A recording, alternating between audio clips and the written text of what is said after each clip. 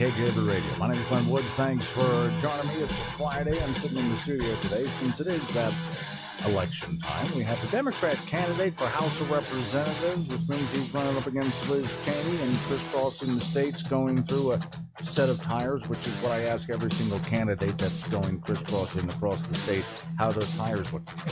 Well, you know, I did just replace them this spring, and they're getting worn out again. Yeah, again. Okay. Well, you know, we're going to have to put the snow tires on soon to finish out this campaign.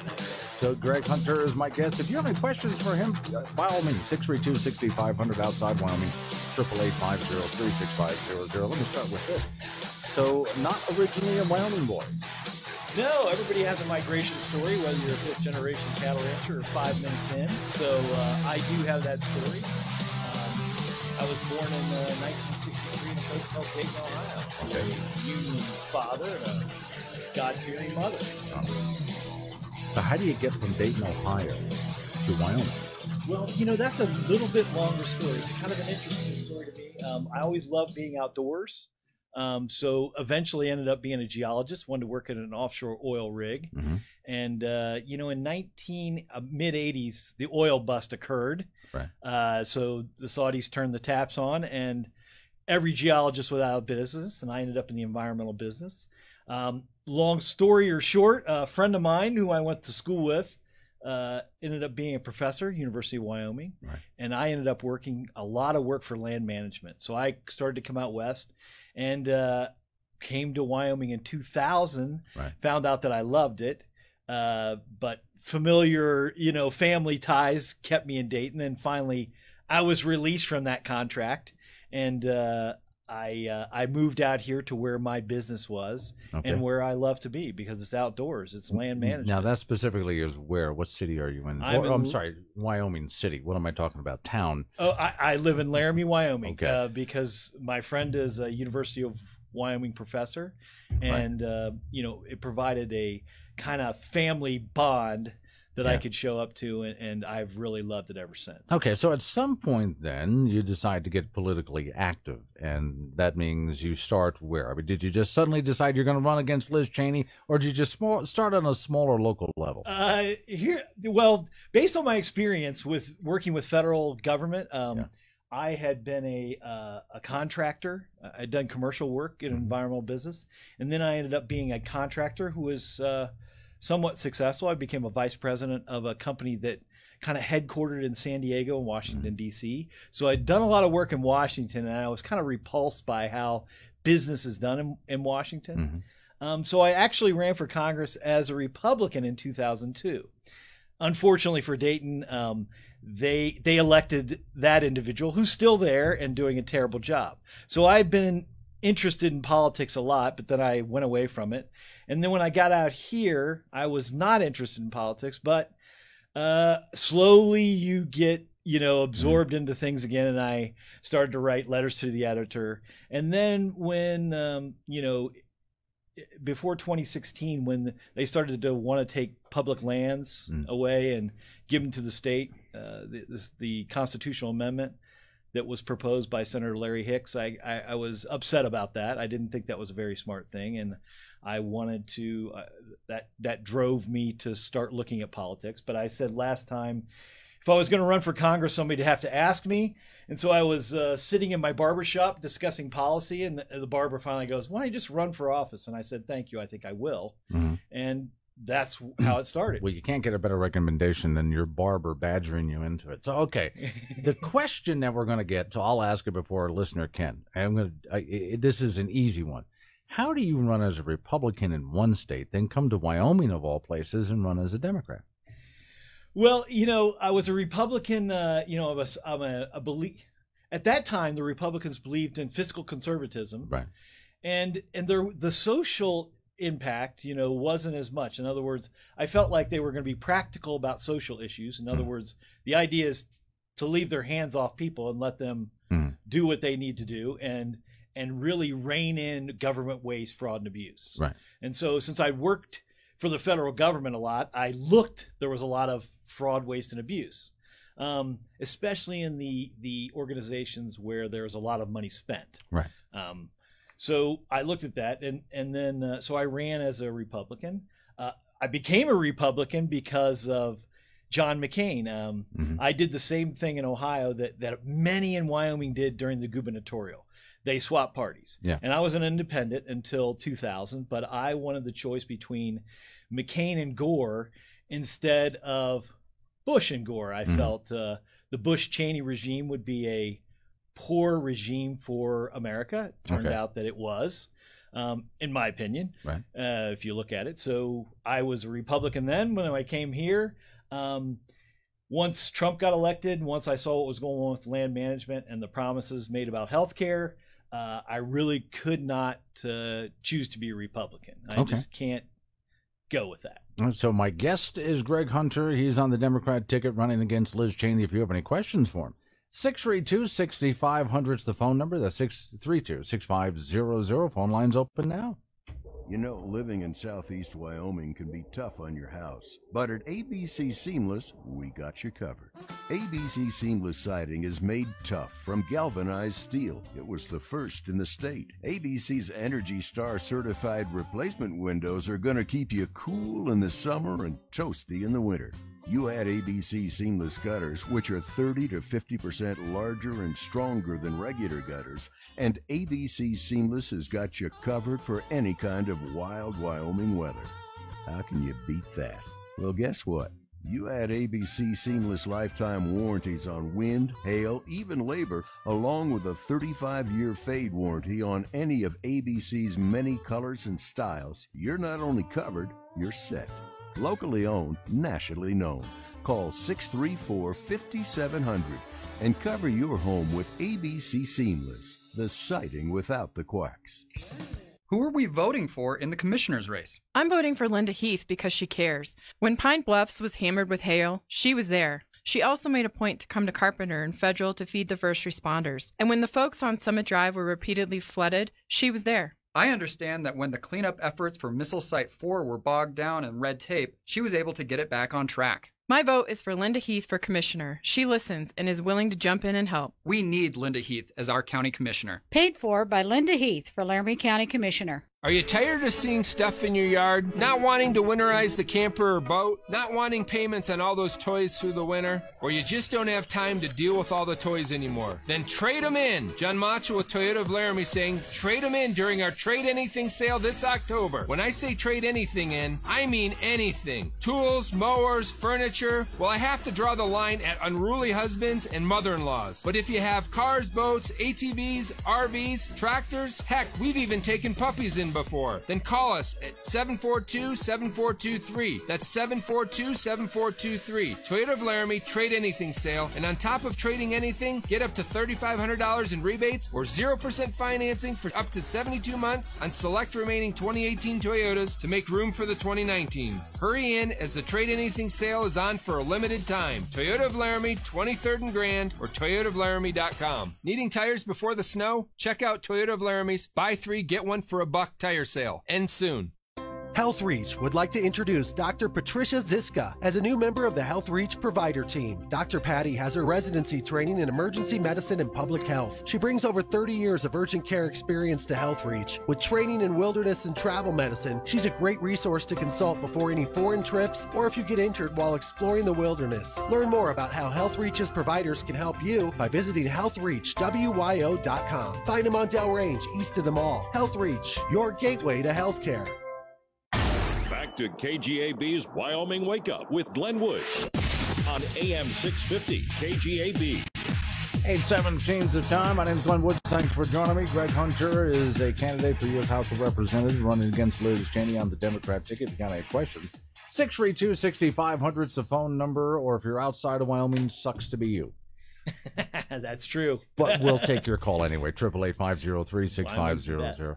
So, question from an outsider who used to be there, wondering why he's... are you against hunting and fishing and stuff like that? Oh, no, absolutely. Okay. I'm not against... As a matter of fact, I think we need to expand, the opportunities for that. Okay. That's why I'm a public lands guy. I mean, we've cut off access. I like to use this thing that we have 1.3 million cows, 67,000 elk, and 700 bear. So we need more elk and bear, so people are more okay with hunting, and that generates a lot of income for Wyoming. Let's talk about that in the sense of energy for just a moment, because let's face it, coal, gas, and oil, that's who we are. And you were in the oil industry, you said. Well, no. I was trained as a geologist, wanted to be in the oil industry. A friend of mine is in the oil industry, in all business, down in Houston. Okay. So I understand that business. But yes, that's how Wyoming gets its revenue. Well, so people will have questions right away about the EPA and the BLM, because we've had a fight. Wyoming's had a fight against them for several years just to make sure that they don't do more damage to our business, is the perception that's out there. Well, that is the perception. But if we look at what we've done, and we've wiped out, if you ever read a book called Undaunted Courage about the Lewis and Clark, we had massive amounts of wildlife out here. We've pretty much sterilized the West in order to have absolutely fantastic beef. But the pendulum always swings too far. And now we've recognized we need to maintain migration corridors to maintain healthy wildlife. So I think there's a balance that we can achieve. Since I do understand environmental regulations, a lot of those protections have saved a lot of people's lives, and really, if you look at it, probably reduce crime and reduce a lot of things. So public health needs to be considered when we do these things. So I think we need a more a planned approach about how we're going to get energy without disturbing wildlife, without costing too many regulations, because it slows the process down.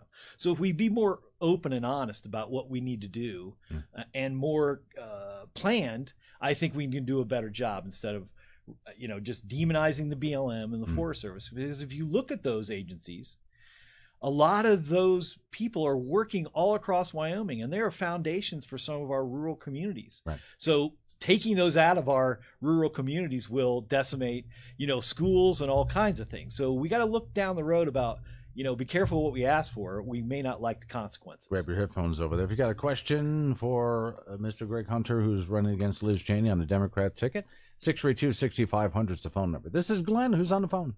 Good morning, Glenn. This is Maureen. Yes, ma'am. And I have a question for your guest. First of all, I don't know how he can blame Trump for anything to do with health care. It's the legislators that decide what health care is going to be, and I don't think our government should be involved in health care at all unless it's for the very, very, very poor. And secondly, I'd like to ask his stance on abortion and on open borders. I don't know how a person can be a Republican and then a Democrat, because there are moral issues on either side. So I'd like to know what he feels about late-term abortion and also open borders, and I'll hang up and listen. Thank you. Okay, there's a lot to unpack with that particular question. With health care, if we look at the Constitution, what it says is to provide for the general welfare and the common defense.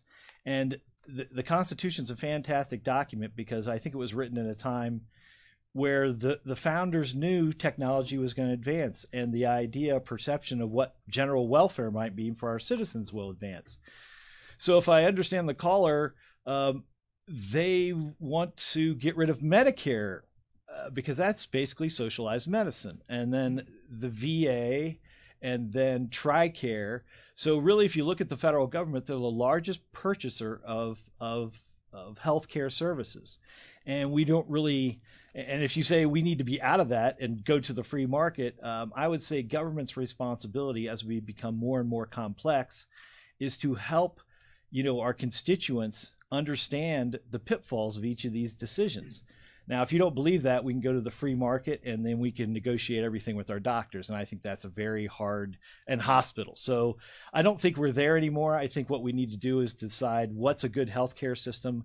I do think we need to have preventative healthcare that is for all citizens, and also catastrophic care.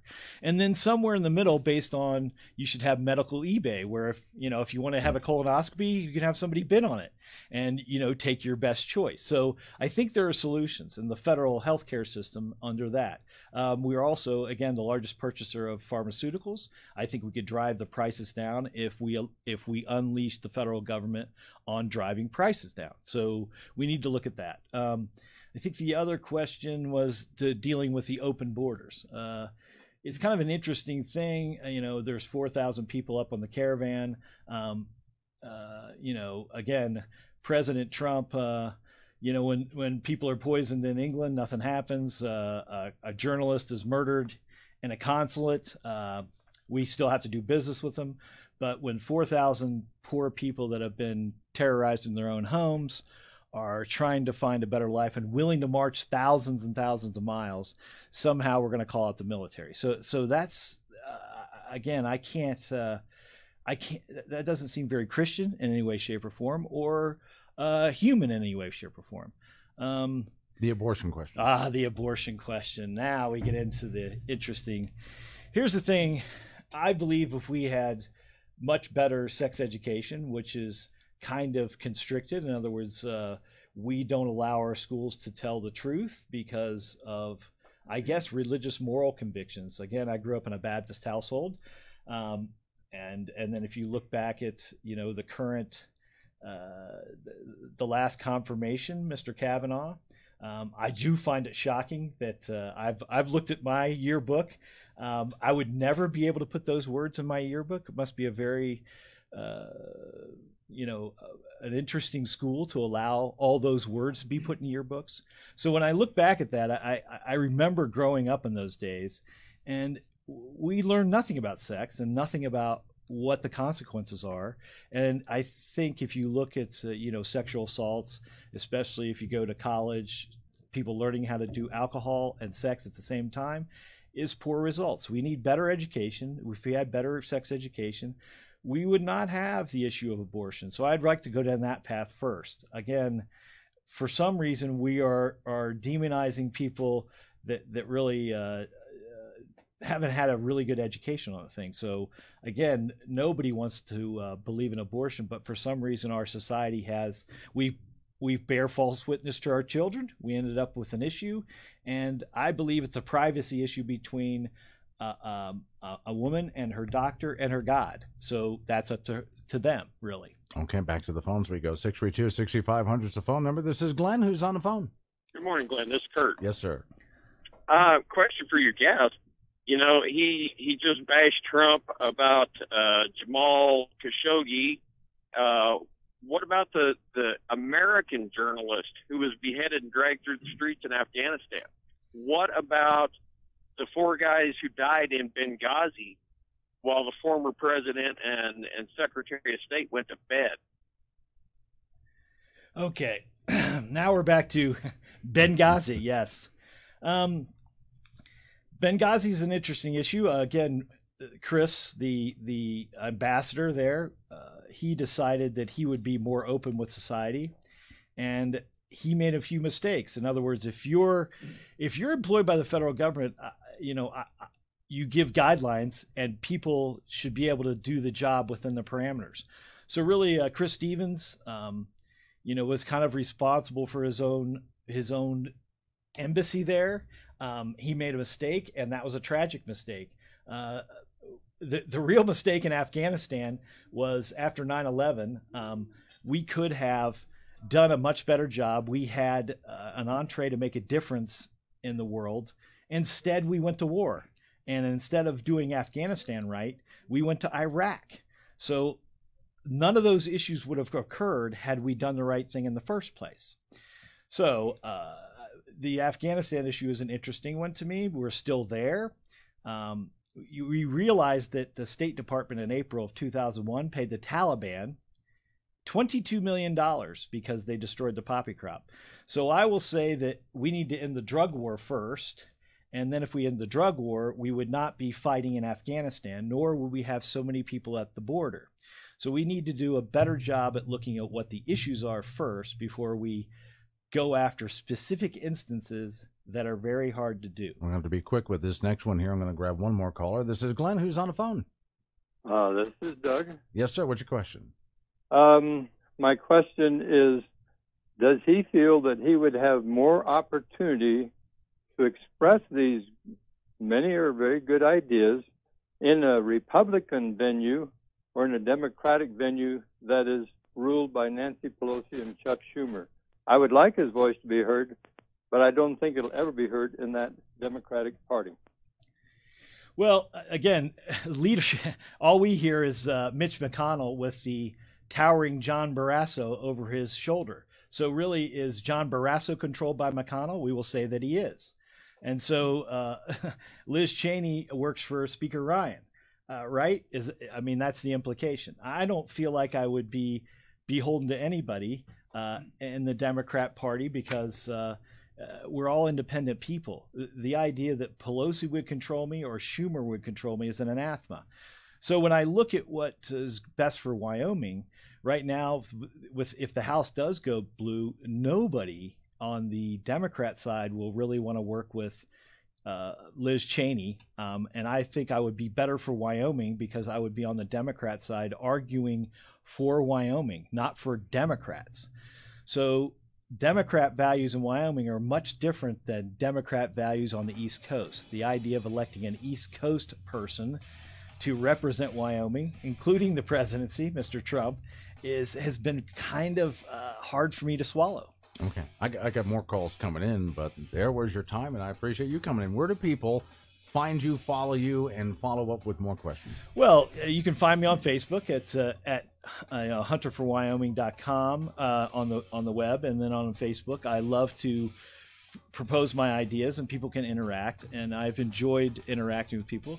I also want to say a shout out to my campaign manager who is in a car accident. I hope he gets better. And my girlfriend's birthday today, so happy birthday, Allie Grossman. Yeah, okay. Make sure to send her something. Yes, flowers are on the way. Something like that, yeah. Okay, so thanks for coming in. I do appreciate it. Greg Hunter's been my guest. AM 650, KGAB Radio, or KGAB.com. So what I got lined up for you is news time next. We'll take a look at sports right after that.